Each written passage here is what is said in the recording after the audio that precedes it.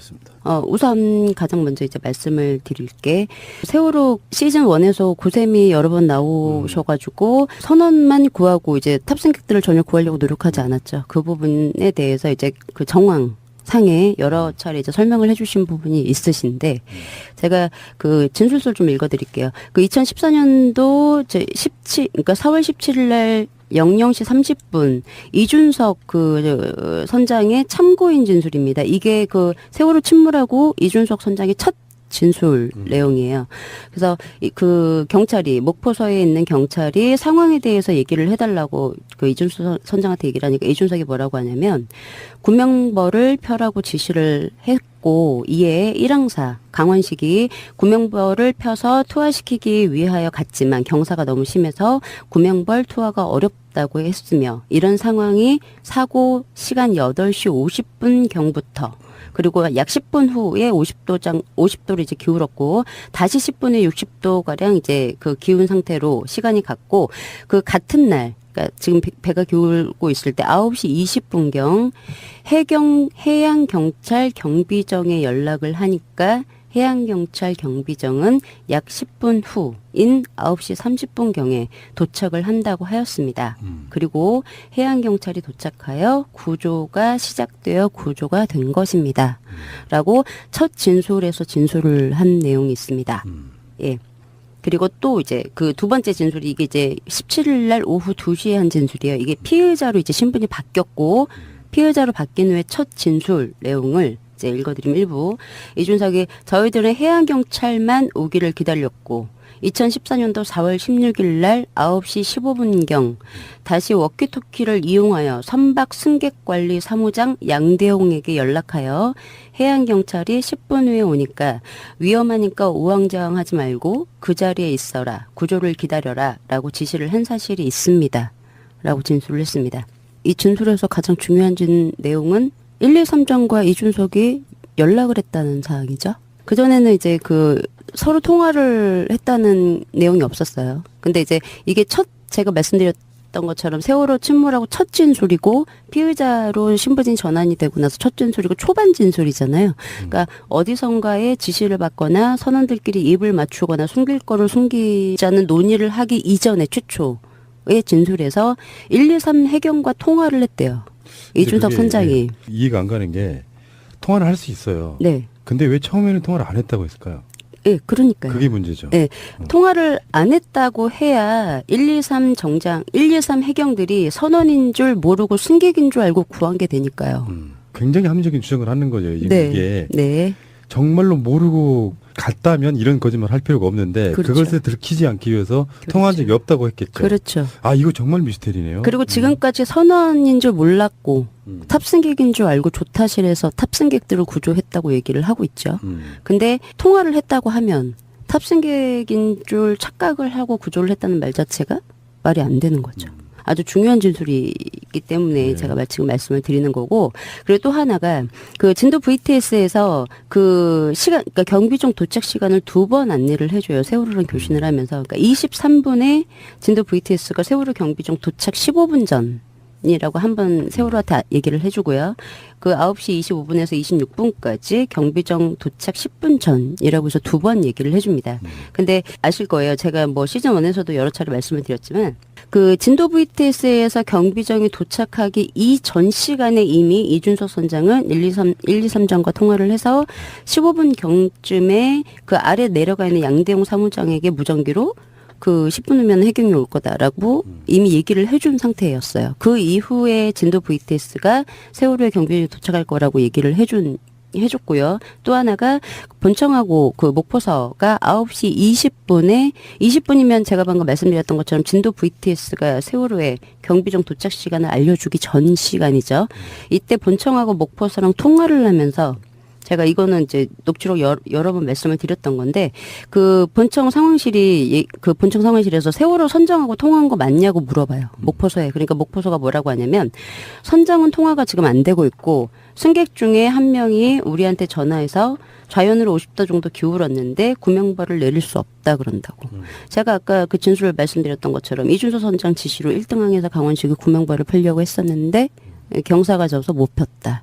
이 내용을 1, 2, 3정하고 통화를 하면서 내용을 이제 그 1, 2, 3정이 들었고 거기서 이제 목포서 상황실로 전달을 해준 거라고 생각이 되죠. 그래서 이렇게 본청하고 20분에 통화를 하고 있었다는 거죠. 그러면 1, 2, 3정하고 대략 통화를 했을 시간이 9시 15분 전이라는 거죠. 예, 15분에 양대웅 사무장한테 해경이 이제 도착을 할 거다. 그러니까 우왕좌왕하지 말고 진정시켜라. 라고 얘기를 했으니 그래서 이 내용이 좀 확인이 돼서 제가 말씀을 드리는 거고요. 그래서 그 9시 제가 말씀드렸던 것처럼 15분 이전에 이미 통화를 했다는 사실. 그런데 그 목포서 본청 이자 상황실 녹취록을 좀 보면 9시 그러니까 그 본청에서는 제가 초반에도 말씀드렸지만 세월호가 침몰하고 있는 상황에서 세월호가 AIS 상에서는 18노트로 달리고 있는 걸로 나와서 본청에서 초반에는 세월호가 정말 침몰한 게 맞는지를 감을 못 잡아요. 그래서 목포서로 계속 전화를 하거든요. 근데 요게 이제 9시 10분이면 요것도 이제 상황실 본청 상황실 실장이 목포서로 전화해서 선정하고 통화를 해. 왜냐하면 본청 입장에서는 선정한테 직접 물어봐야 확실하니. 예. 그래서 선정하고 계속 통화를 해보라고 얘기를 해요. 그래서 9시 10분에도 본청이 선정하고 통화해봤냐고 물어봐요. 목포서에. 그러니까 목포서 상황실이 통화 지금 안 되고 있다고. 그런데 그 본청에서 승객들이 겁이 나서 혹시 그 잘못 신고를 할 수가 있으니 전화를 한번 해봐라. 라고 얘기를 해요. 그러니까 목포서에서 그래서 지금 확인 중에 있다고. 그러니까 본청이 선정하고 일단 중요한 게 먼저 그 통화를 해서 아주 위험한 상황이라고 하면 그러니까 알겠습니다 하고 전화를 끊어요. 그리고 11분에 다시 또 본청에서 목포서로 또 전화를 해요. 그래서 그 선정하고 교신해 봤냐고. 여기는 목포서는 VHF 교신이 있어서 세월호랑 바로 통화 교신을 할 수가 있었죠. 안 했죠. 안 한 건지 뭐 녹취록 공개를 안 한 건지는 모르겠지만 일단 없어요. 근데 목포소에서 뭐라고 하냐면 선정하고 교신해봤냐고 그 묻는 질문에 아직 못 해봤습니다. 거기 정신이 없는 모양입니다. 그래서 승객이 신고를 한 것입니다. 라고 얘기를 해줘요. 이게 뭐냐면 선정하고 통화를 아직 못 해봤대요. 근데 거기 정신이 없는 건 얘가 어떻게 할까요? 그대로 다시 읽어드릴까요? 아직 못 해봤습니다. 거기 정신이 없는 모양입니다. 그래서 승객이 신고를 한 것입니다. 물론 뭐 자기가 예측해서 얘기를 했을 수도 있지만 상황을 알고 있었다는 뜻도 되는. 그렇죠. 그게 애매한 부분이에요. 선장하고 연락이 안 되는데 정신없는 걸 알 수가 없는데, 근데 그 제가 이제 아까도 말씀을 드렸지만 이미 커뮤니케이션을 할 수 있는 상황이었어요. 선정하고도 통화가 됐겠죠. 됐다는 사실 얘네들은 알고 있어요. 근데 지금 본청이 이렇게 거짓말을 하고 있는 거죠. 예. 신고 그리고 뭐 목포 그리고 이 상황이 지금 뭐 승객이 아까 본청이 승객이 겁이 나서 혹시 잘못 신고를 한 것일 수도 있다라고 얘기를 한 게 본청이 9시 10분이에요. 그러면 이게 목포 122로 들어온 신고, 전남 119로 들어온 신고가 이미 있을 때예요. 그럼 통화하면서 상황이 어떤지 알죠. 이게 잘못 오접수된 건지 정말 침몰 상황이어서 배가 난리가 난 건지 얘네들은 지금 알고 있어요. 목포에서는. 근데 본청에서 승객이 겁이 나서 그런 건지 혹시 잘못한 건지 그러고 얘기하는데 설명을 안 하죠. 그래서 지금 확인 중에 있다고. 그래서 이렇게 의심을 하는 거죠. 네. 뭔가 너무 비상식적인 상황인 거니까. 네네. 그래서 이렇게 지금 얘기를 해서 뭐 거기 정신이 없는 모양입니다. 이렇게 얘기하는 거 보면 1, 2, 3정하고 선정이 제가 보기에도 일회성 통화를 끝난 것 같진 않아요. 이동하면서 계속 통화를 해서 확인된 사항을 1, 2, 3정을 통해서 목포서로 전달을 해줬을 가능성이 제일 크다고 생각이 되고요. 그러면 지금 1, 2, 3정하고 목포 같은 경우에는 세월호 상황을 알아요. 1, 2, 3정도 지금 통화를 했다고 이준석 선장이 직접 진술을 했고요. 그 다음에 그 재판에서 이제 나온, 요거는 이제 그 녹취록상의 진술하고 녹취록상의 그 확인된 사항을 말씀을 드렸고, 그 다음에 재판에서 나온 상황을 좀 말씀을 드리면, 재판에 그 511 호기 양희철 기장이 이제 그 출두를 했어요. 증인으로. 그 양희철 기장은 세월호 침몰 현장에 가장 먼저 도착한 헬기 기장이죠. 그래서 그 변호사가 증인은 VHF를 사용해서 해양 재난 주파수 123.1MHz로 외부와 교신을 했냐고 물어봐요. 그러니까 그 양희철이 뭐라고 하냐면 123.1로 교신한 것은 세월호하고 703호기 그리고 다른 헬기들 이렇게 교신했습니다. 라고 대답을 해요. 그러니까 다시 질문을 해요. 증인은 몇 번을 썼냐고. 그러니까 채널 어떤 거. 그러니까 저는 주로 VHF 123.1를 사용했고요. 최초로 TRS하고 HF를 번갈아 가면서 사용했습니다. 라고 진술을 합니다. 얘는 지금 처음에 세월호 그 침몰하고 직후에 진술 받았을 때는 그 5.11기에는 HP가 있다는 얘기를 안 했죠. 예, 이 교신을 빼놓고 얘기했어요. 그래서 제가 숨겨놓은 그 교신 채널이 있다라고 해서 한번 방송으로 설명을 드린 적도 있죠. 근데 이걸로 교신을 했다고 얘기를 하고 더 중요한 건 세월호랑 교신을 했대요. 지금 항공구조사들이 세월호 안으로 구조하려고 들어갔다가 선내로 진입하지 않고 굴뚝으로 거의 뭐 힘들게 빠져나온 승객들만 호이스트로 1명, 2명에서 올려서 35명을 구조를 하죠. 그렇죠. 왜 안으로 들어가지 않았냐고 물어보면 다들 똑같이 얘기를 하죠. 겁나다. 안에 수백 명이 있는지 몰랐다. 근데 예, 세월호랑 교신을 했대요. 그럼 얘가 지금 현장에 도착을 해 있는 상태잖아요. 그럼 세월호 침몰 상황을 물어봤을까요? 교신을 하면서? 눈으로 보고 있는데 침몰 상황을 물어볼 필요가 없죠. 그러면 뭐 잘 준비하라고 얘기했을까요? 좀 있으면 우리가 건져줄 거야. 근데 얘네들은 조타실에서 구조 활동을 하지 않았어요. 그럼 물어볼 게 승객밖에 없겠죠. 얘네들 교신하면서 할 얘기가. 그렇죠? 예. 근데 지금까지 얘기하고 있어요. 그렇게 수백 명이 있는지 몰랐다고. 헬기들 세 마리가 다 똑같이 얘기하고 있죠.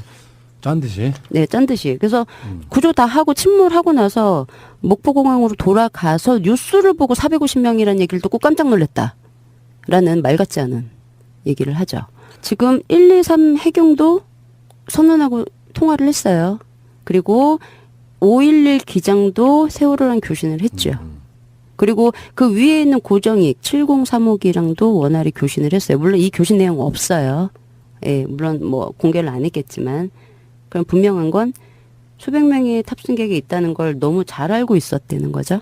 그러니까 우리가 상식적으로 이해가 안 되는 것은 예를 들어서 이게 말이에요. 구조하러 온 사람들이 대략적으로 승객들이 얼마나 타고 있는지에 대한 기본 정보도 없이 왔다는 뜻이고요. 일단은 좋게 해석하자면 그래요. 그 말 고지고대로 믿는다면 그래서 보통 사고가 나면 탑승 예상 인원이라든지 이런 것이 기본적으로 나와야 되거든요. 그러니까 구조를 하러 가는 거잖아요. 그러니까 그럼 내가 구조할 사람이 몇 명인지를 확인해야 되는 게 기본인 거잖아요. 그러니까 몇 대 헬기를 뭐 온다든지 배를 더 몇 개 한다든지 그전 기본인데 네. 결국에는 통화도 해보고 교신도 해봤다면서도 보도를 보고 몇 명이 타고 있는지 알았다고 말하는 것은 뭔가 굉장히 이상하지 않아요. 정말 이상하잖아. 예. 이걸 그냥 묻는 거로만 설명 못하니까 우리가 지금까지 이러고 있는 거 아니에요. 진상규명 이야기하는 거 아니에요. 예. 511 기장만 그러고 이준석만 그러고 그런 게 아니라 전반적인 시스템이 다 그런 식으로 대응을 했기 때문에 뭔가 이상하다고 생각하는 거죠. 예. 이건 무능의 문제가 아니잖아요. 예. 상식의 문제거든 사실은 그렇죠. 이게. 기본적으로 확인할 건 다 확인을 했다는 거죠. 예, 확인할 거 확인하고 이제 안 들어간 거죠. 안 들어간 거. 예, 수백 명이 있는지를 알았음에도 불구하고 511 호기 같은 경우에는 27분쯤에 도착을 했으니까 도착하자마자 항공구조사 내려서 선내로 진입을 시켜서 예, 탑승객들을 밖으로 또 나오게 했다라고 하면 전원 구조가 가능한 시간이었죠. 예, 근데 세월호랑 교신을 해서 상황을 너무 잘 알고 있었음에도 불구하고 예, 그 항공구조사들이 안으로 들어가지 않았고 예, 그래서 304명이 예, 사망을 이제 하게 된 상황이죠. 그래서 지금 그 헬기도 그렇고 그 1, 2, 3장이 지금까지 그 우리들의 공분을 사고 있는 이유가 그거잖아요. 선원인지 몰랐다. 조타실에서 구조를 하는데 선원인지 몰랐다라고 이제 얘기를 하죠. 헬기들은 수백 명인지 몰랐다. 라고 얘기를 하고 근데 그 1, 2, 3장 같은 경우에는 출동할 당시에 350명 정도가 탑승객이 있다는 걸 알고 출동을 했어요. 그리고 이동하다가 450명 정도가 된다는 걸 수정해서 다시 얘기를 들었거든요. 근데 선원만 구했죠. 근데 걔네들은 선원인지 몰랐다고 지금까지 얘기를 하죠. 근데 1, 2, 3장 그 해경들 중에서 뭐 이거 이렇게 통화까지 했다라고 하면은 뭐 발뺌을 할 수가 없는 상황이잖아요. 제가 부수적으로 추가로 좀 설명을 드리면 김경일 뭐 김종인 뭐 최한희 기관사 말고 그 박성삼 항해팀장이 있어요. 얘가 그 사망사 자격증이 있어요. 그리고 이종훈 경사가 3기관사 자격증이 있고요. 이영래 경사가 사망사, 그리고 김영기 경정이 3기관사. 가 있어요. 그러니까 이 사망사 3기관사 자격증이 있는 애들은 다 해양대학교를 나온 애들이에요.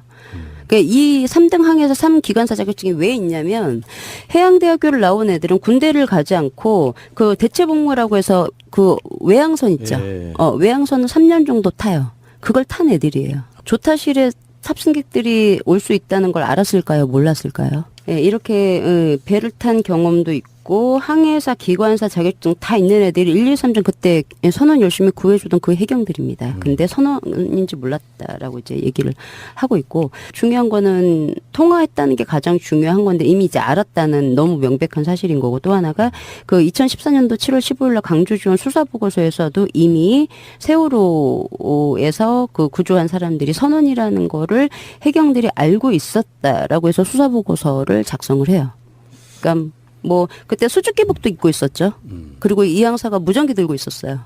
그 잠바도 이게 뭐 옷도 청해진 해운이라고 해서 했었고 그리고 특이한 건 선원들이 다 뭐 저는 선원입니다라고 다 밝혔다고 얘기하죠. 유일하게 1, 2, 3정 해경들만 모두 나는 그 소리 못 들었다라고 얘기를 하고. 그럼 세월호 사건의 가장 큰 핵심 중에 하나가 이거겠어요. 네. 1, 2, 3정 정장 김경이라고 네.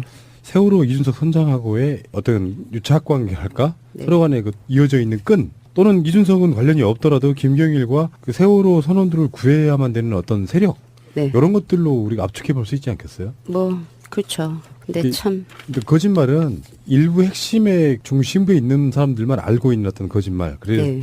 그런데 따라오는 선원들이나 해경들 입장에서는 상반된 이야기를 하게 되면 이게 이제 어떤 의심의 요소가 되는 거잖아요. 네네 그렇죠. 그런 측면에서 서로 간 입이 안 맞다는 거, 네. 상식적으로 이해가 안 된다는 거 이런 것들이 지금 이 사건의 진실 규명의 핵심 중에 하나일 것 같아요. 예. 이 지점이. 네 맞아요.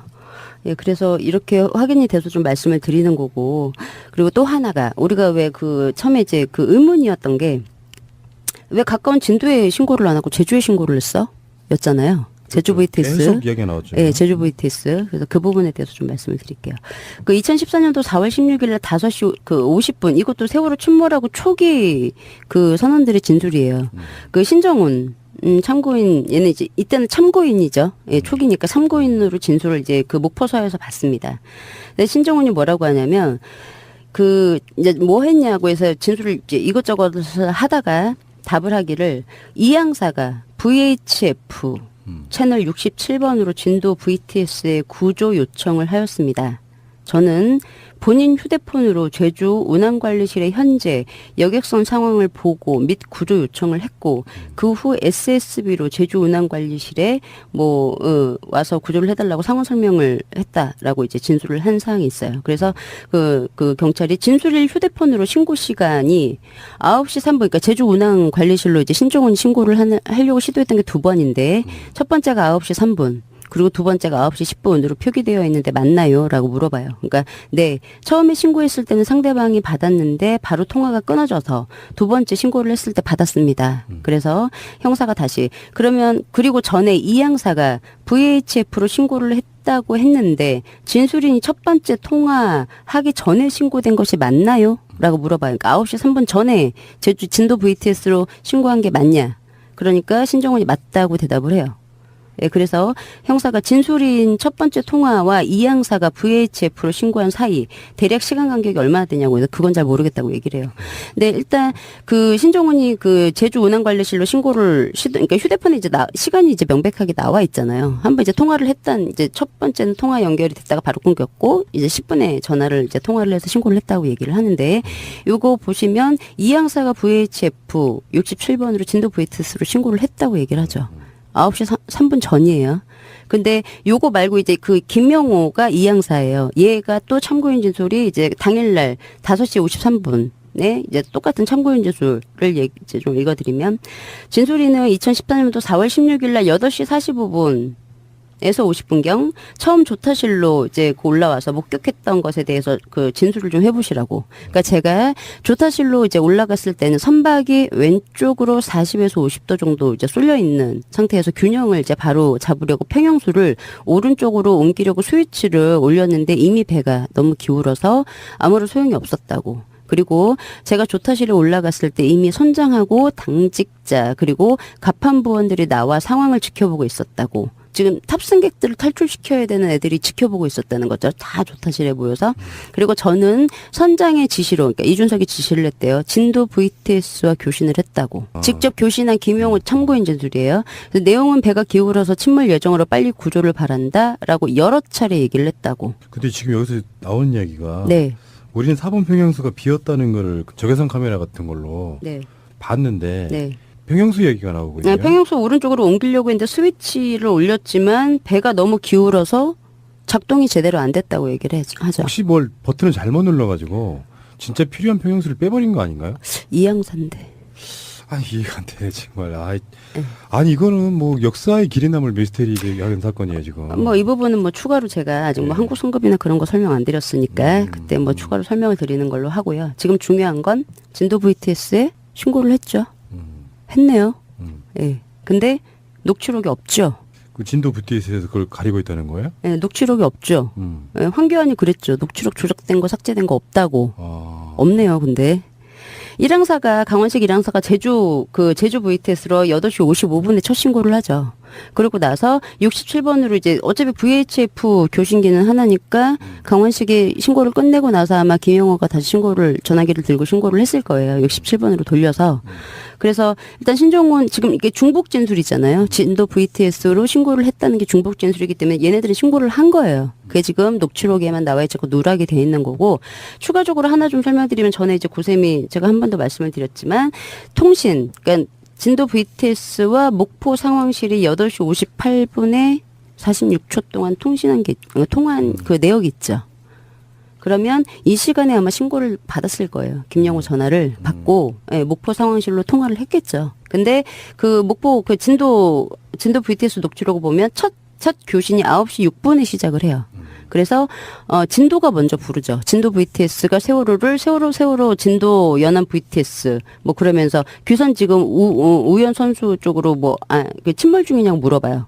그러면 이거는 그 예전에 파파이스에서도 한번 이제 나왔지만 그 급박한 상황에서 그 12번으로 해서 제주도랑 교신을 하고 나서 그 세월호 선원들은 채널을 67번으로 이렇게 돌려놓고 이러고 기다렸던 거예요. 진도 VTS가 나를 불러줄 때까지.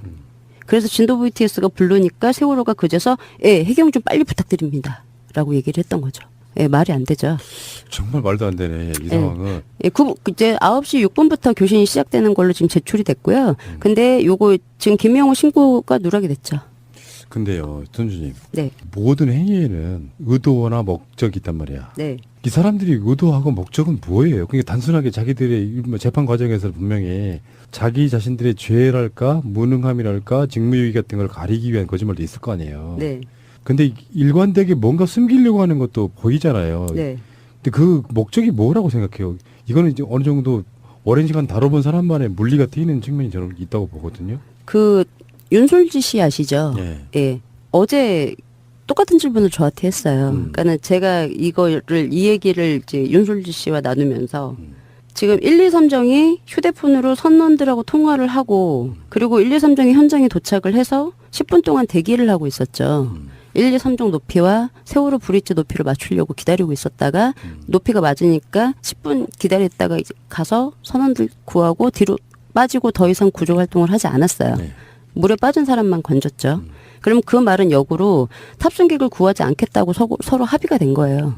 나는 너네만 구할 거야. 그렇지. 그렇죠? 그러면 그건 역으로 나는 탑승객은 구하지 않을 거야거든요. 고의 미구조예요. 네, 그러니까 그게 고의예요. 그러니까 나는 탑승객은 안 구할 거야거든요. 그러면 이거는 이 목적은 뭐냐라고 얘기를 해요 저한테. 제가 뭐라고 그랬냐면 이거는 죽인 애들한테 물어봐야 될 질문이다. 그렇게 하죠. 예, 저희 상식으로는 있을 수 없는 일이거든요. 그렇죠. 네, 맞아요. 예, 그러니까 내가 해경이라면, 내가 군인이라면, 내가 일반 탑승객이었다면, 보통 시민도 네, 그렇죠. 마지막에 탈출한 있죠 김성목 씨도 있고 저희 모임에 있는 분이세요 그분도. 그게 정상이고 그게 상식이에요. 저희들 상식이라고요. 저한테 너무 어려운 질문하지 마세요. 그 말이었어. 네. 아니 그러니까 네. 꼭 무슨 답을 구한다기보다 화가 나고 어이없는 사람들끼리 서로 네. 똑같은 이야기 하고 있는 거예요. 도대체 왜 저랬다니. 예. 그래서 문재인 정부가 밝혀줘야 될 일이에요. 이거는 꼭 그렇습니다. 나도 항상 그런 생각 해보거든요. 내가 해경이었어. 급하게 출동을 받고 가요. 몇 명 타 있는지도 알아요. 가서 나라면 무엇을 할까 이런 생각 해보거든요. 물론 현장에 가면 막 배가 무너지고 있어서 긴박한 상황일 것 당연한 거지만 그러면 사람들이 배 안에 많이 들어있다는 걸 알면 뭐 어떻게든지 뱃속으로 진입을 하든 무슨 엄청난 스피커를 쓰든 뭐 어쨌든 간에 일단 밖으로 나오라는 소리부터 막 고래고래 지르는 게 정상이거든. 그렇죠. 그것부터 하는 것이 정상이었다고요. 네. 근데 그냥 보고만 했어. 예. 약속된 시간에 누군가가 나오기로 했어. 네. 그 사람들만 구해와. 네. 근데 물에 빠진 사람들은 차마 안 구할 수가 없어서 그냥 건져 올린 느낌? 예. 끝!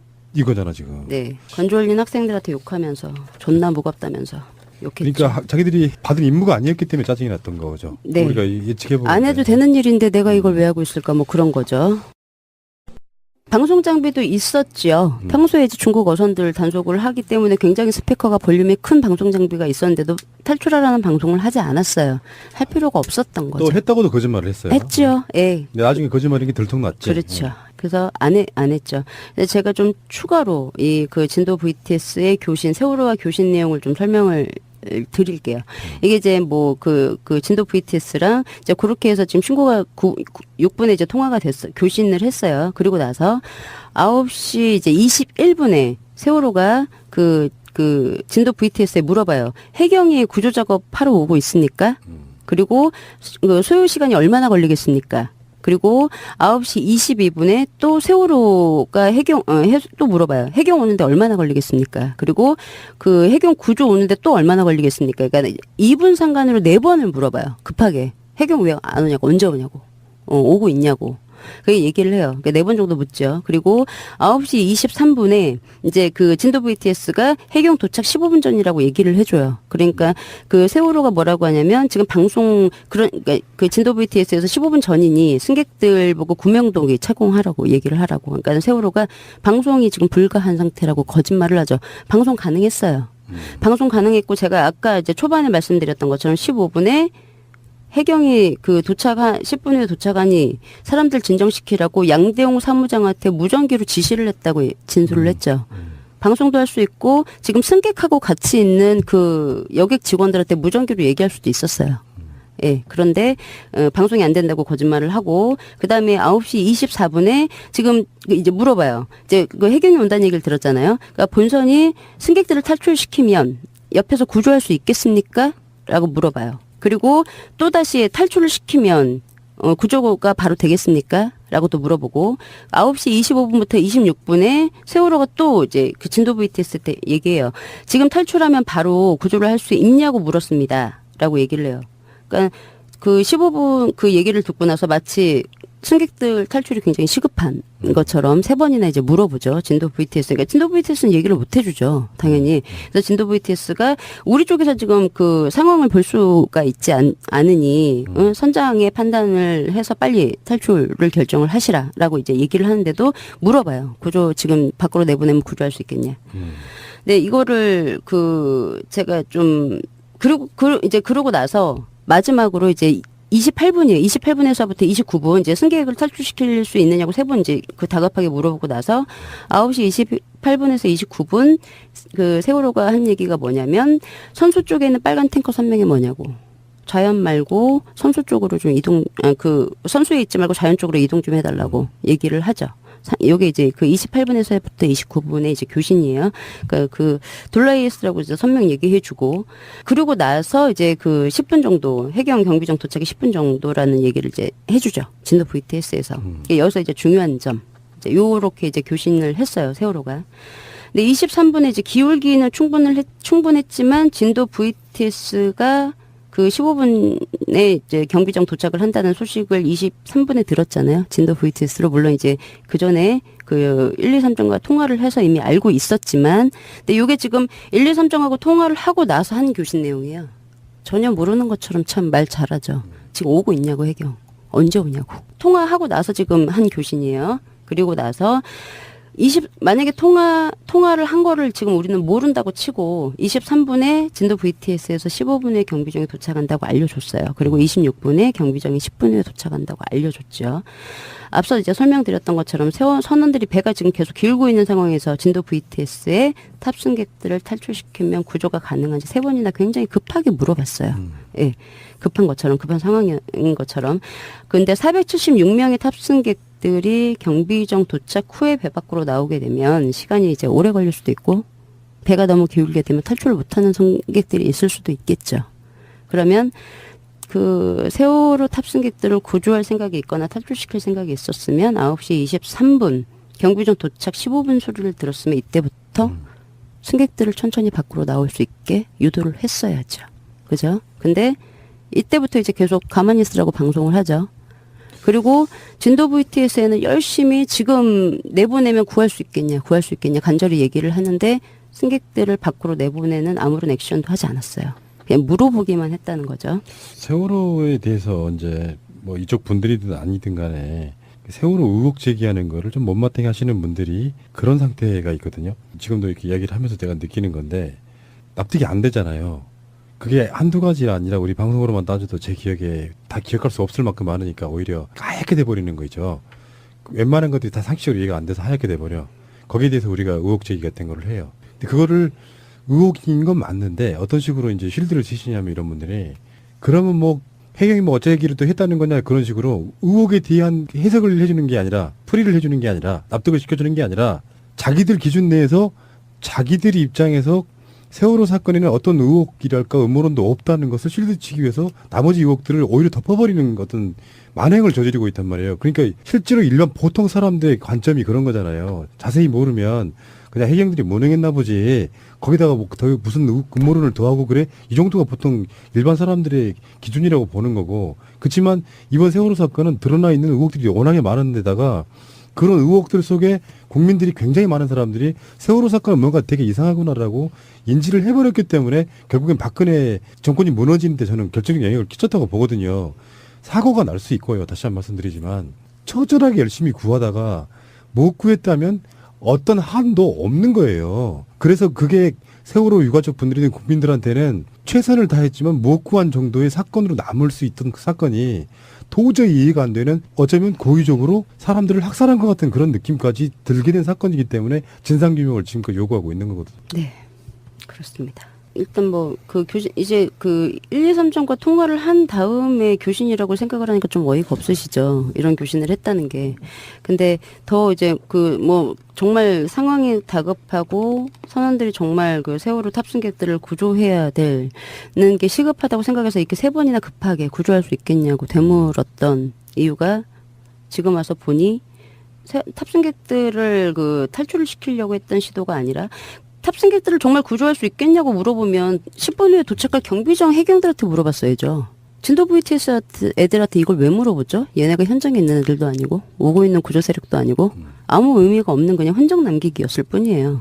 예, 그냥 자기네들은 최선을 다했다. 탑승객들을 구조하기 위해서 그 자기 이제 면피를 받기 위해서 지금 흔적 남기기를 했다고 생각을 하고요. 그래서 왜 전에 이제 고샘 방송하셨을 때도 말씀하셨잖아요. 여 승무원, 그 여객직 승무원이 계속 이제 조타실로 무전해가지고 물어보는데 선원들 아무도 대답 안 하고 가만히 있었던 거 기억하시죠? 10번 넘게 예, 무전했었는데 이게 이제 새록새록 참 예, 그런 생각이 나죠. 그리고 나서 이제 그 탱커 블라에이스죠. 선수 쪽에 나와 있는 빨간색 탱커 선수 쪽에 있지 말고 좌연으로 옮겨달라고 이제 얘기를 하죠. 28분에. 그리고 이제 그거는 이제 다시 그때 뭐 고샘도 잠깐 말씀을 하셨지만 그 선수 쪽으로 1, 2, 3정이 이제 올 거라는 걸 이미 얘네들은 알고 있었어요. 1, 2, 3정하고 통화를 해서 그러니까 우리를 구하러 올 거라는 걸 알았다는 거죠. 그러니까 자리 비워둔 거잖아요. 예, 거기서 걸리적거리지 말고 우리 좀 무난히 문제 없이 구조될 수 있게 너 좀 옆으로 좀 가줄래라는 교신이었어요. 예, 그래서 그 상황이 일단 1, 2, 3정이 그쪽으로 올 거를 알았기 때문에 옆에 있는 배를 치우는 그래서 치워달라고 교신을 했던 게 있었고요. 아까 제가 설명드렸지만 그리고 나서 1, 2, 3정 현장에 도착을 해서 구조 활동을 전혀 하지 않고 고무단정 하나 보내죠. 3층에 있는 기관실 선원들 구해와요. 그러다가 이제 원래 선원만 딱 구해왔어야 되는데 참 그 운 좋게 마침 또 옆에서 탈출한 승객들이 있어서 같이 또 건지고 예, 그래서 이제 구조하는 모양이 된 거죠. 예, 구조하는 모양. 원래는 그 기관실 선을 구하러 간 거예요. 얘네들은 구명 단정 애들은 탑승객 구하러 간 게 아니고. 그렇게밖에 볼 수 없죠. 그렇죠. 예, 그래서 그 기관실 선원들을 이제 그 1, 2, 3정 현장에 도착해서 서 있고 왜냐하면 세월호가 더 기울어야 돼. 그래야 이제 조타실에 배를 댈 수 있으니까 기다리고 있고 이제 3층에 있는 기관실 선원들이 이제 나와 있으니 걔네를 구하러 갔는데 마침 같이 몇 명 이제 빠져나온 탑승객들을 같이 구해서 건져가지고 이제 데리고 오고 10분 동안 있다가 이제 조타실하고 이제 그 1, 2, 3정의 배 위치가 맞으니까 45분에 배를 대죠. 예, 그리고 선원을 다 구하고 나서 뒤로 쭉 빠지죠. 그러고 안 해요. 아무것도 안 하고 이제 쳐다보고 있죠. 그게 미스테리예요. 예, 쳐다보고 그때 있죠. 그 쉴드는 그거 아니었어요? 빨래 들어갈까봐? 그렇죠. 네, 배가 예. 빠지면 빨려 들어갈까 봐. 네, 그 영상을 물론 못 보신 분도 계신데 그 CNN 사목이나 헬기들 영상 있잖아요. 그 영상 위에 그 세월호 옆에 무슨 하얀색 스티로폴 같아요. 그러니까 멀리서 보면 스티로폴처럼 하얀 게 이렇게 막 되게 많이 떠 있어요. 저는 그게 뭔가 해서 자세히 봤더니 육개장이에요. 컵라면. 육개장이 이렇게 박스가 다 찢어져가지고 세월호 이렇게 사람들 옆에서 구하는데 하얗게 쭉 떠 있는 게 육개장이에요. 육개장. 박스는 정이고요. 네. 거기에 물에 젖어서 육개장이에요. 하얀 게. 흩어졌구나. 네, 하얀 게 육개장이에요. 근데 멀쩡히 잘 찰랑찰랑 옆에서 잘 있어요. 근데 1, 2, 3종이 빨려 들어간다고요? 한참 후에 침몰했잖아요. 그렇죠. 뭐 그 사이에 방송이라도 했어야 된다고 다른 건 몰라도 겁이 나면 그것도 안 했잖아요. 맞아요. 아이씨. 그리고 참고로 하나 더 말씀을 드리면 1, 2, 3종 20인승 구명벌 있었잖아요. 혼자 이렇게 외롭게 쓸쓸히 떠다니던 애. 걔를 57분에 투하해요. 48분에 선원 구하고 뒤로 후진해서 기다리고 있다가 10분 지나서 구명벌 투하한다고요. 하나만한 짓이지. 나온 사람이 없는데 예, 구명을 투하한다고. 사진 찍어야 되잖아요. 어. 우리 터뜨렸다고. 사진 찍어야 되니까. 예, 그래서 이랬어요. 이렇게 선원들과 그러니까 참 죽이 잘 맞은 합작품이었다고 얘기할 수 있겠네요. 그렇죠? 예. 그렇죠. 그래서 탑승객들을 구하지 않겠다라는 걸 얘기를 했다고밖에는 볼 수가 없죠. 근데 요거를 털어놓는 놈이 없단 말이야. 예, 그쵸? 예, 지금 3년이 지났는데 양심 고백하는 사람이 하나도 없죠. 아직. 양심 고백을 하나도 하는 사람이 없어요. 다른 건 주- 몰라도 이건 가능하다고 봐요. 우리는 선원만 구조로 가서 그게 어떤 사람이든 간에 이 양심선을 해줘야 됩니다. 천벌 받기 싫다면. 네. 근데 추가적으로 하나 말씀을 드리면 지금 세월호 전체 그 참사에서 김경일 그 정장 하나만 지금 형사처벌이 됐잖아요. 그 순환고법이 아니고 업무상 과실치사로 3년을 받았는데 목포서 해경 제가 보기에는 대부분이에요.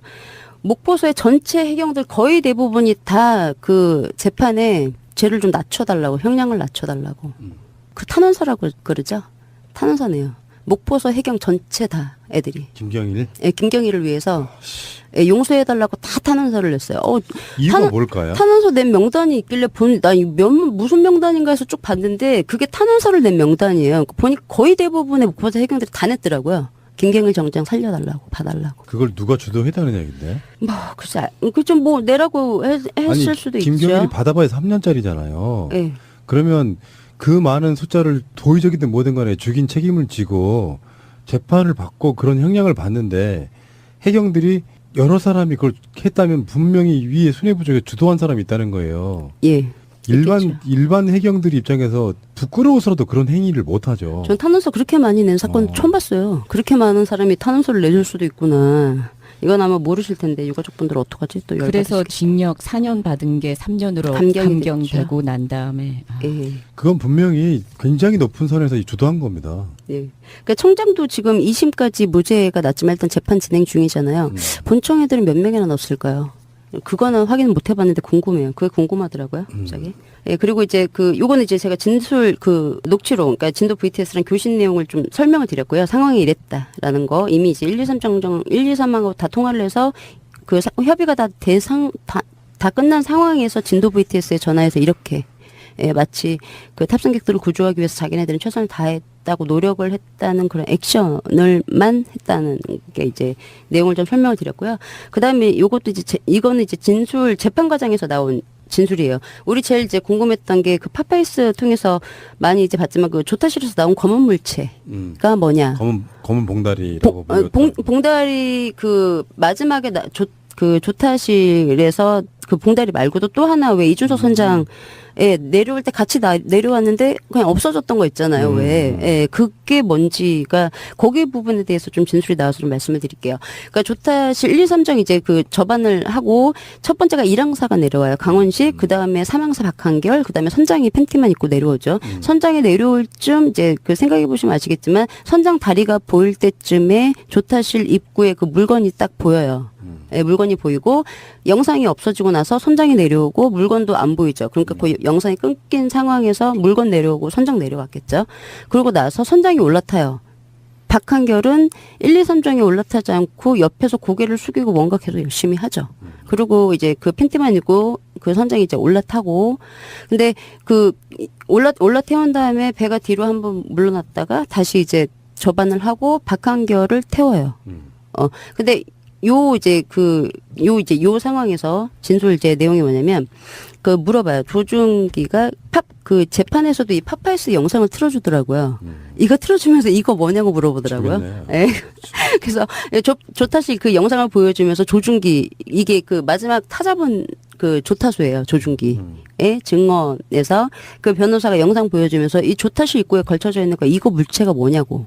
아냐고 물어봤어요. 그러니까 조중기가 뭐라고 하냐면, 배가 이상 상황이 되고 배에서 탈출하게 되면 항해 일지라든가 모든 서류 같은 걸 물에 젖지 않는 가방에 넣어가지고 나오게 되어 있습니다. 그러니까 기록물 같은 걸 가지고 나오게 되는데라고 진술을 해요.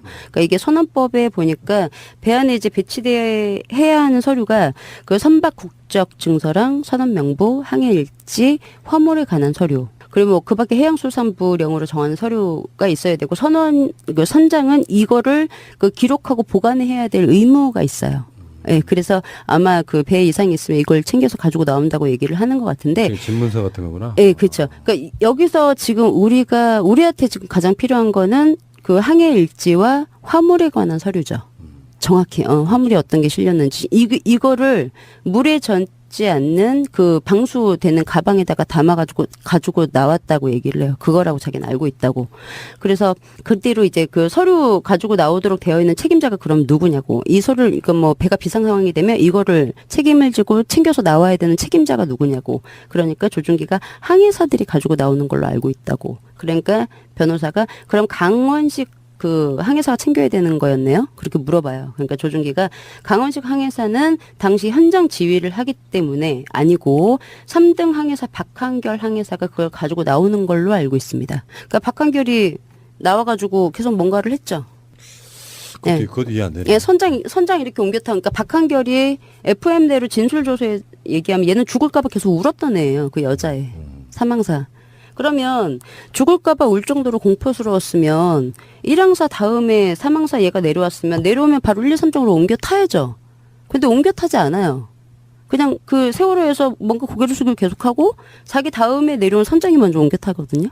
그리고 배가 뒤로 후진을 하죠. 1, 2, 3정이. 근데 1, 2, 3정은 쳐다도 보지도 않아요. 생명의 위협을 느껴서 무서워서 울었다는 애가. 그 자기 할 일을 계속해요. 뭔가 고개를 숙이고. 배가 뒤로 가든지 말든 신경도 쓰지 않고. 그러고 나서 다시 배가 오죠. 그리고 이제 그 해경의 도움을 받으면 부축을 받으면서 1, 2, 3쪽으로 옮겨 타요. 근데 그 영상을 좀 화면을 좀 크게 캡처해서 우리 모임에서 이제 한번 논의가 됐던 사항인데, 타는 그 박한결의 모습을 보면 일단 구명조끼가 이렇게 풀어헤쳐져 있어요. 잠겨져 있지 않아요. 잠겨져 있지 않고 배가 임신부처럼 목에서부터 배까지가 볼록해요. 숨기고 있었네. 예, 그러니까 볼록해요. 무슨 얘기인지 아시죠? 볼록해요. 이렇게 목까지 이렇게 딱 나와 있어요, 옷이. 그래서 배가 볼록해요. 그래서 보자마자 저 배 안에 뭐 있네라고 저희 모임에선 결론이 났습니다. 예, 그렇게 해서 확인이 됐는데, 문제는 지금 이거 가지고 나왔다는 거 아무도 얘기 안 하죠. 3년이 됐는데. 지금까지도. 그렇죠. 그러면 이 서류가 지금 어디 있을까요? 해경, 청해진 해운, 국정원, 검사, 누가 가지고 있을까요? 이거 왜 얘기 안 하는 걸까요? 국정원? 뭐 장호든 간에 뭐 그쵸? 예. 이거 왜 얘기 안 하는 걸까요? 얘기 안 하죠, 지금. 검사가 그걸 숨길 이유가 없고요. 예, 그쵸. 그렇잖아요. 지금 이제 우리들 머릿속도 좀 생각이 바뀌어야 되는 것이요. 세월호 사건 워낙에 참혹한 어마어마한 사건이었기 때문에 음모론이 사실 난무하는 것도 있었죠. 그리고 시간이 지나면서 좀 잦아드는 측면도 없지 않아 있고. 근데 지금 말씀하시는 그 장면들 속에 이준석 선장이 팬티바람으로 내려올 때 그간의 보도는 그거였잖아요. 승객들과 함께 승객들이 섞여서 탈출하려고 했었다라고 보도가 나왔었는데, 지금 생각해보면 그놈들이 다 선원들이야. 그러면은 애초에 보도가 나왔던 그 내용 자체는 누군가가 처음부터 왜곡시켰다는 얘기잖아요. 네, 그렇죠. 실제로 제대로 보도만 됐다면, 그러니까 언론사들이 그때 상당히 접근성이 없었던 상태에서 최초의 보도가 승객들이 섞여서 이준석 선장이 탈출하려고 했다는 그 이상한 뉴스를 만들어낸 그 자체의 원소스를 준 사람들부터가 어떤 범행에 모의가 가담되어 있는 사람들이라고 저는 보는 거거든요. 그렇죠. 예. 예. 구조 당시 영상을 보지 못한 상태에서 배에서 내린 것만 예, 영상을 보여주면서 얘기를 했던 거니까, 예, 그렇게 얘기를 할 수 있었던 건데, 그 언론 통제 기본으로 들어가지 않겠어요? 예, 그거야 뭐.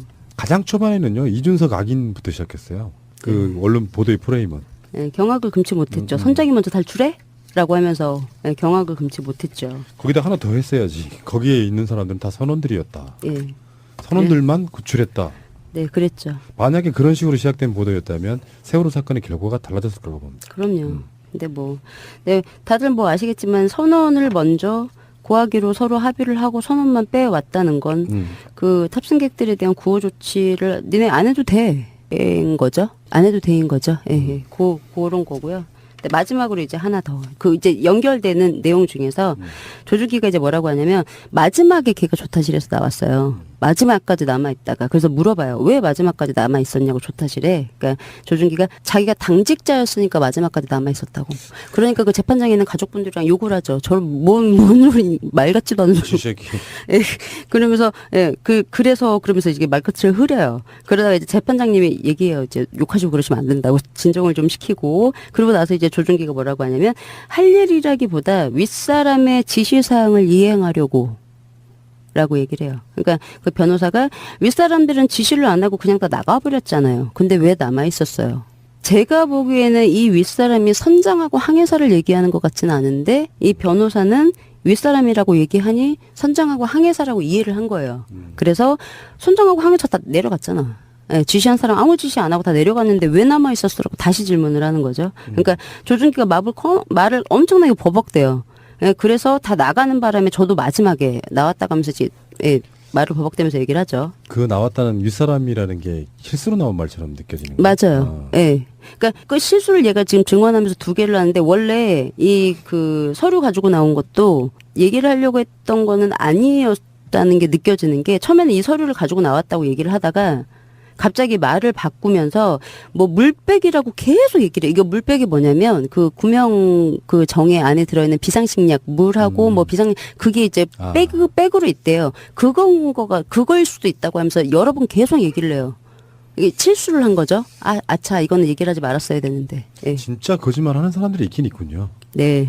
그게 어떤 놈인지는 모르지만 네. 자기의 무능했던 거를 가리려고 하는 거짓말 하는 놈도 있지만 네. 뭔가 거기랑 좀 벗어난 거짓말 하는 사람들이 꽤 있다는 거예요. 이거. 그렇죠. 예. 그래서 윗사람이 지시한 사항을 이행하려고 남아 있었다고 얘기를 했잖아요. 근데 얘가 이제 그 왜 걔예요. 해경하고 손 잡고 물에 빠지네. 마지막에. 예, 그러니까 마지막에. 그러니까 그 물에 빠지기 전에 이제 1, 2, 3장은 얘를 지금 박혜경하고 얘를 남겨놓고 뒤로 빠졌어요. 빠지고 나서 박혜경이 뭐를 하냐면 조타실에 들어와 있는 조준기한테 구명불 같은 걸 하나 올려줘요, 위로. 뭐 영상을 보면, 파파이스 영상을 보면 올려주고 그러고 나서 영상이 끊겨요. 영상이 끊기고 다시 돌아오면 조준기가 내려와 있어요. 그리고 조준기 발 아래는 구명 조끼가 하나가 있어요. 그리고 이제 박혜경이 그 조준기한테 자기 구명조끼를 벗어서 입혀주죠. 그리고 박혜경은 그 발밑에 있는 구명조끼를 다시 입어요. 그거 왜 그 짓을 하는지 모르겠다고 파파이스에서도 얘기를 했죠. 예. 근데 그러고 있고, 그리고 손을 둘이 잡고 뛰어내려요. 거기서 이제 그 얘기가 나왔죠. 손에 든 봉다리 뭐냐. 그러니까 박혜경은 이게 모자라고 얘기를 했고. 근데 특이하게 이 재판에서 얘는 뭐라고 얘기를 했냐면 쓰레기 봉지라고 얘기했어요. 말을 좀 맞추든가. 박혜경은 청문회에서 모자라고 얘기했고 얘는 그 재판에서 쓰레기 봉지라고 얘기를 하더라고요. 그래서 그거를 이제 손을 둘이 잡고 뛰어내리고 이제 구명보트에다 다시 둘 다 건져지잖아요. 그러고 나서 바로 그 구명조끼를 벗기죠. 구명보트 태우자마자 바로 구명조끼를 벗겨요. 거기에도 뭔가 들어있지 않았을까라는 상식적인 생각을 하게 되는 거죠. 예, 그래서 윗사람의 지시를, 그럼 걔는 뭔가 할 일이 있었던 거예요. 그렇게 기울 때까지 조타실에 나와 있지 않고, 구조되려면 보통 밖으로 나와 있어야 되잖아요. 조타실에 나와 있지 않고 계속 버티고 있었다는 거 뭔가 할 일이 있었다라는 거죠. 그렇게 해서 그 굉장히 중요한 진술이 있어서 좀 말씀을 제가 드리려고 지금 준비를 해 왔어요. 그래서 발아래 구명조끼 같은 것도, 근데 이것도 지금 얘기 아무도 안 하고 있죠. 어떤 거를 가지고 나왔는지 선원들도 해경들도 그렇고 얘기 안 하고 있어요. 네. 세웠습니다. 이상하지 않아요? 정말 이상하잖아. 예. 이걸 그냥 묻는 거로만 설명 못하니까 우리가 지금까지 이러고 있는 거 아니에요? 진상규명 이야기하는 거 아니에요? 예. 5.11 기장만 그러고 이준석만 그러고 그런 게 아니라 전반적인 시스템이 다 그런 식으로 대응을 했기 때문에 뭔가 이상하다고 생각하는 거죠. 예. 이건 무능의 문제가 아니잖아요. 예. 상식의 문제거든 사실은 그렇죠. 이게. 기본적으로 확인할 건 다 확인을 했다는 거죠. 예, 확인할 거 확인하고 이제 안 들어간 거죠. 안 들어간 거. 예, 수백 명이 있는지를 알았음에도 불구하고 511 호기 같은 경우에는 27분쯤에 도착을 했으니까 도착하자마자 항공구조사 내려서 선내로 진입을 시켜서 예, 탑승객들을 밖으로 또 나오게 했다라고 하면 전원 구조가 가능한 시간이었죠. 예, 근데 세월호랑 교신을 해서 상황을 너무 잘 알고 있었음에도 불구하고 예, 그 항공구조사들이 안으로 들어가지 않았고 예, 그래서 304명이 예, 사망을 이제 하게 된 상황이죠. 그래서 지금 그 헬기도 그렇고 그 1, 2, 3장이 지금까지 그 우리들의 공분을 사고 있는 이유가 그거잖아요. 선원인지 몰랐다. 조타실에서 구조를 하는데 선원인지 몰랐다라고 이제 얘기를 하죠. 헬기들은 수백 명인지 몰랐다. 라고 얘기를 하고.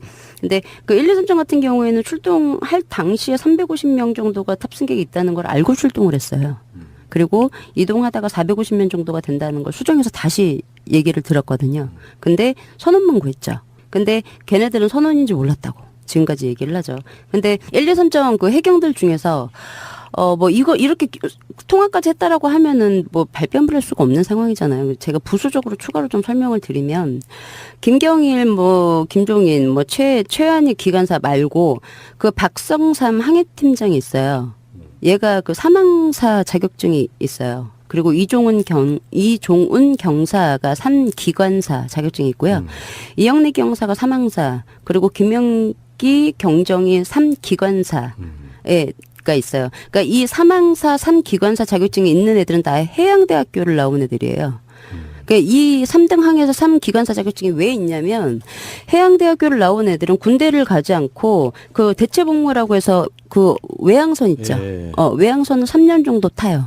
그걸 탄 애들이에요. 조타실에 탑승객들이 올 수 있다는 걸 알았을까요? 몰랐을까요? 예, 이렇게 배를 탄 경험도 있고 항해사, 기관사 자격증 다 있는 애들이 1, 2, 3전 그때 선원 열심히 구해주던 그 해경들입니다. 근데 선원인지 몰랐다라고 이제 얘기를 하고 있고, 중요한 거는 통화했다는 게 가장 중요한 건데 이미 이제 알았다는 너무 명백한 사실인 거고, 또 하나가 그 2014년도 7월 15일 날 광주지원 수사보고서에서도 이미 세월호에서 그 구조한 사람들이 선원이라는 거를 해경들이 알고 있었다라고 해서 수사보고서를 작성을 해요. 그러니까 뭐 그때 수축기복도 입고 있었죠. 그리고 이 형사가 무전기 들고 있었어요. 그 잠바도 이게 뭐 옷도 청해진 해운이라고 해서 행에서는 선장한테 직접 물어봐야 확실하니. 예. 그래서 선장하고 계속 통화를 해보라고 얘기를 해요. 그래서 9시 10분에도 본청이 선장하고 통화해봤냐고 물어봐요. 목포서에. 그러니까 목포서 상황실이 통화 지금 안 되고 있다고. 그런데 그 본청에서 승객들이 겁이 나서 혹시 그 잘못 신고를 할 수가 있으니 예, 전화를 한번 해봐라 라고 얘기를 해요. 그러니까 목포서에서 예, 그래서 지금 확인 중에 있다고. 그러니까 본청이 선장하고 일단 중요한 게 먼저 그 통화를 해서 아주 위험한 상황이라고 하면 그러니까 예, 알겠습니다 하고 전화를 끊어요. 그리고 11분에 다시 또 상황 본청에서 목포서로 또 전화를 해요. 그래서 그 선장하고 교신해 봤냐고. 여기는 목포서는 VHF 교신이 있어서 세월호랑 바로 통화 교신을 할 수가 있었죠. 안 했죠. 안 한 건지 뭐 녹취록 공개를 안 한 건지는 모르겠지만 일단 없어요. 근데 목포소에서 뭐라고 하냐면 선장하고 교신해봤냐고 그 묻는 질문에 예, 아직 못 해봤습니다. 거기 정신이 없는 모양입니다. 그래서 승객이 신고를 한 것입니다. 라고 얘기를 해줘요. 이게 뭐냐면 선장하고 통화를 아직 못 해봤대요. 근데 거기 정신이 없는 건 얘가 어떻게 할까요? 그대로 다시 읽어드릴까요? 예, 아직 못 해봤습니다. 거기 정신이 없는 모양입니다. 그래서 승객이 신고를 한 것입니다. 물론 뭐 자기가 예측해서 얘기를 했을 수도 있지만 상황을 알고 있었다는 뜻도 되는. 그렇죠. 그게 애매한 부분이에요. 선장하고 연락이 안 되는데 정신없는 걸 알 수가 없는데, 근데 그 제가 이제 아까도 말씀을 드렸지만 이미 커뮤니케이션을 할 수 있는 상황이었어요. 선장하고도 통화가 됐겠죠. 됐다는 사실 얘네들 알고 있어요. 근데 지금 본청이 이렇게 거짓말을 하고 있는 거죠. 예.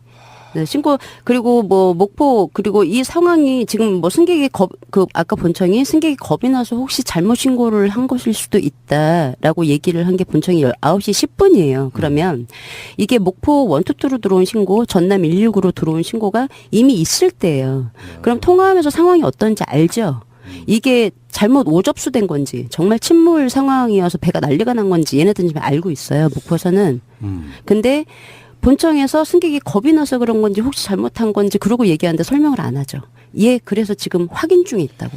그래서 이렇게 의심을 하는 거죠. 네. 뭔가 너무 비상식적인 상황인 예. 거니까. 네네. 그래서 예, 이렇게 지금 얘기를 해서 요렇게 뭐 거기 정신이 없는 모양입니다. 이렇게 얘기하는 거 보면 1, 2, 3정하고 선장이 제가 보기에도 일회성 통화로 끝난 것 같진 않아요. 이동하면서 예, 계속 통화를 해서 확인된 사항을 1, 2, 3정을 통해서 목포서로 전달을 해줬을 가능성이 제일 크다고 생각이 되고요. 그러면 지금 1, 2, 3정하고 목포 같은 경우에는 세월호 상황을 알아요. 1, 2, 3정도 지금 통화를 했다고 이준석 선장이 직접 진술을 했고요. 그 다음에 그 재판에서 이제 나온, 요거는 이제 그 녹취록상의, 진술하고 녹취록상의 그 확인된 사항을 말씀을 드렸고, 그 다음에 재판에서 나온 상황을 좀 말씀을 드리면, 재판에 그 511 호기 양희철 기장이 이제 그 출두를 했어요. 증인으로. 그 양희철 기장은 정말로 모르고 갔다면 이런 거짓말 할 필요가 없는데 그렇죠. 그것을 들키지 않기 위해서 통화한 적이 없다고 했겠죠. 그렇죠. 아, 이거 정말 미스테리네요. 그리고 지금까지 선원인 줄 몰랐고, 탑승객인 줄 알고 조타실에서 탑승객들을 구조했다고 얘기를 하고 있죠. 근데 통화를 했다고 하면 탑승객인 줄 착각을 하고 구조를 했다는 말 자체가 말이 안 되는 거죠. 아주 중요한 진술이기 때문에 네. 제가 지금 말씀을 드리는 거고, 그리고 또 하나가 그 진도 VTS에서 그 시간, 그러니까 경비정 도착 시간을 2번 안내를 해줘요. 세월호랑 교신을 하면서. 그러니까 23분에 진도 VTS가 세월호 경비정 도착 15분 전. 이라고 한번 세월호한테 얘기를 해주고요. 그 9시 25분에서 26분까지 경비정 도착 10분 전이라고 해서 2번 얘기를 해줍니다. 근데 아실 거예요. 제가 뭐 시즌 1에서도 여러 차례 말씀을 드렸지만 그 진도 VTS에서 경비정이 도착하기 이전 시간에 이미 이준석 선장은 1, 2, 3정과 통화를 해서 15분 경쯤에 그 아래 내려가 있는 양대용 사무장에게 무전기로 그 10분 후면 해경이 올 거다라고 이미 얘기를 해준 상태였어요. 그 이후에 진도 VTS가 세월호에 경비정이 도착할 거라고 얘기를 해줬고요. 또 하나가 본청하고 그 목포서가 9시 20분이면 제가 방금 말씀드렸던 것처럼 진도 VTS가 세월호에 경비정 도착 시간을 알려주기 전 시간이죠. 이때 본청하고 목포서랑 통화를 하면서 제가 이거는 이제 녹취록 여러 번 말씀을 드렸던 건데 그 본청 상황실에서 세월호 선장하고 통화한 거 맞냐고 물어봐요. 목포서에. 그러니까 목포서가 뭐라고 하냐면 선장은 통화가 지금 안 되고 있고 승객 중에 한 명이 우리한테 전화해서 좌연으로 50도 정도 기울었는데 구명발을 내릴 수 없다 그런다고. 제가 아까 그 진술을 말씀드렸던 것처럼 이준석 선장 지시로 1등항에서 강원식이 구명발을 펴려고 했었는데 경사가 져서 못 폈다. 이 내용을 1, 2, 3정하고 통화를 하면서 내용을 이제 그 1, 2, 3정이 들었고 거기서 이제 목포서 상황실로 전달을 해준 거라고 생각이 되죠. 그래서 이렇게 본청하고 20분에 통화를 하고 있었다는 거죠. 그러면 1, 2, 3정하고 대략 통화를 했을 시간이 9시 15분 전이라는 거죠. 예, 15분에 양대용 사무장한테 해경이 이제 도착을 할 거다. 그러니까 예, 우왕좌왕하지 말고 진정시켜라. 라고 얘기를 했으니 그래서 이 내용이 좀 확인이 돼서 제가 말씀을 드리는 거고요. 그래서 그 9시 제가 말씀드렸던 것처럼 15분 이전에 이미 통화를 했다는 사실. 그런데 그 목포서 본청 이제 상황실 녹취록을 좀 보면 9시 그러니까 그 본청에서는 제가 초반에도 말씀드렸지만 세월호가 침몰하고 있는 상황에서 세월호가 AIS 상에서는 18노트로 달리고 있는 걸로 나와서 본청에서 초반에는 세월호가 정말 침몰한 게 맞는지를 감을 못 잡아요. 그래서 목포서로 계속 전화를 하거든요. 근데 여기 이제 9시 10분이면 요것도 이제 상황실 본청 상황실 실장이 목포서로 전화해서 선장하고 통화를 해. 왜냐하면 본청 입장 세월호 침몰 현장에 가장 먼저 도착한 헬기 기장이죠. 예. 그래서 그 변호사가 증인은 VHF를 사용해서 해양 재난 주파수 123.1MHz로 외부와 교신을 했냐고 물어봐요. 그러니까 그 양희철이 뭐라고 하냐면 123.1로 교신한 것은 세월호하고 703호기 그리고 다른 헬기들 이렇게 교신했습니다. 라고 대답을 해요. 그러니까 다시 질문을 해요. 증인은 몇 번을 썼냐고. 그러니까 채널 어떤 거. 그러니까 저는 주로 VHF 123.1를 사용했고요. 최초로 TRS하고 HF를 번갈아 가면서 사용했습니다. 라고 진술을 합니다. 얘는 지금 처음에 세월호 그 침몰하고 직후에 진술받았을 때는 그 511기에는 HP가 있다는 얘기를 안 했죠. 예, 이 교신을 빼놓고 얘기했어요. 그래서 제가 숨겨놓은 그 교신 채널이 있다라고 해서 한번 방송으로 설명을 드린 적도 있죠. 근데 이걸로 교신을 했다고 얘기를 하고 더 중요한 건 세월호랑 교신을 했대요. 지금 항공구조사들이 세월호 안으로 구조하려고 들어갔다가 선내로 진입하지 않고 굴뚝으로 거의 뭐 힘들게 빠져나온 승객들만 호이스트로 1명, 2명에서 올려서 35명을 구조를 하죠. 그렇죠. 왜 안으로 들어가지 않았냐고 물어보면 다들 똑같이 얘기를 하죠. 겁나다. 안에 수백 명이 있는지 몰랐다. 근데 예, 세월호랑 교신을 했대요. 그럼 얘가 지금 현장에 도착을 해 있는 상태잖아요. 그럼 세월호 침몰 상황을 물어봤을까요? 교신을 하면서? 눈으로 보고 있는데 침몰 상황을 물어볼 필요가 없죠. 그러면 뭐 잘 준비하라고 얘기했을까요? 좀 있으면 우리가 건져줄 거야. 근데 얘네들은 조타실에서 구조 활동을 하지 않았어요. 그럼 물어볼 게 승객밖에 없겠죠. 얘네들 교신하면서 할 얘기가. 그렇죠? 예. 근데 지금까지 얘기하고 있어요. 그렇게 수백 명이 있는지 몰랐다고. 헬기들 3마리가 다 똑같이 얘기하고 있죠. 짠 듯이. 네, 짠 듯이. 그래서 구조 다 하고 침몰하고 나서 목포공항으로 돌아가서 뉴스를 보고 450명이라는 얘기를 듣고 깜짝 놀랐다. 라는 말 같지 않은 얘기를 하죠. 지금 123 해경도 선언하고 통화를 했어요. 그리고 511 기장도 세월호랑 교신을 했죠. 그리고 그 위에 있는 고정익 7035기랑도 원활히 교신을 했어요. 물론 이 교신 내용 없어요. 예, 물론 뭐 공개를 안 했겠지만 그럼 분명한 건 수백 명의 탑승객이 있다는 걸 너무 잘 알고 있었다는 거죠. 그러니까 우리가 상식적으로 이해가 안 되는 것은 예를 들어서 이게 말이에요. 구조하러 온 사람들이 대략적으로 승객들이 얼마나 타고 있는지에 대한 기본 정보도 없이 왔다는 뜻이고요. 일단은 좋게 해석하자면 그래요. 그 말 고지고대로 믿는다면 그래서 보통 사고가 나면 탑승 예상 인원이라든지 이런 것이 기본적으로 나와야 되거든요. 그러니까 구조를 하러 가는 거잖아요. 그러니까 그럼 내가 구조할 사람이 몇 명인지를 확인해야 되는 게 기본인 거잖아요. 그러니까 몇 대 헬기를 뭐 온다든지 배를 더 몇 개 한다든지 그건 기본인데 네. 결국에는 통화도 해보고 교신도 해봤다면서도 보도를 보고 몇 명이 타고 있는지 알았다고 말하는 것은 뭔가 굉장히 이상했습니다. 우선 가장 먼저 이제 말씀을 드릴게. 세월호 시즌 1에서 고샘이 여러 번 나오셔가지고 선언만 구하고 이제 탑승객들을 전혀 구하려고 노력하지 않았죠. 그 부분에 대해서 이제 그 정황 상에 여러 차례 이제 설명을 해주신 부분이 있으신데 제가 그 진술서를 좀 읽어드릴게요. 그 2014년도 그러니까 4월 17일 날 00시 30분 이준석 그 선장의 참고인 진술입니다. 이게 그 세월호 침몰하고 이준석 선장의 첫 진술 내용이에요. 그래서 그 경찰이 목포서에 있는 경찰이 상황에 대해서 얘기를 해달라고 그 이준석 선장한테 얘기를 하니까 이준석이 뭐라고 하냐면 구명벌을 펴라고 지시를 했고 이에 1항사 강원식이 구명벌을 펴서 투하시키기 위하여 갔지만 경사가 너무 심해서 구명벌 투하가 어렵다고 했으며 이런 상황이 사고 시간 8시 50분경부터 그리고 약 10분 후에 50도로 이제 기울었고 다시 10분 후에 60도 가량 이제 그 기운 상태로 시간이 갔고 그 같은 날 그러니까 지금 배가 기울고 있을 때 9시 20분경 해양경찰 경비정에 연락을 하니까 해양경찰 경비정은 약 10분 후인 9시 30분경에 도착을 한다고 하였습니다. 그리고 해양경찰이 도착하여 구조가 시작되어 구조가 된 것입니다. 라고 첫 진술에서 진술을 한 내용이 있습니다. 예. 그리고 또 이제 그 두 번째 진술이 이게 이제 17일 날 오후 2시에 한 진술이에요. 이게 피의자로 이제 신분이 바뀌었고 피의자로 바뀐 후에 첫 진술 내용을 이제 읽어드리면 일부 이준석이 저희들은 해양경찰만 오기를 기다렸고 2014년도 4월 16일 날 9시 15분경 다시 워키토키를 이용하여 선박 승객관리 사무장 양대홍에게 연락하여 해양경찰이 10분 후에 오니까 위험하니까 우왕좌왕하지 말고 그 자리에 있어라 구조를 기다려라 라고 지시를 한 사실이 있습니다 라고 진술을 했습니다. 이 진술에서 가장 중요한 내용은 123정과 이준석이 연락을 했다는 사항이죠.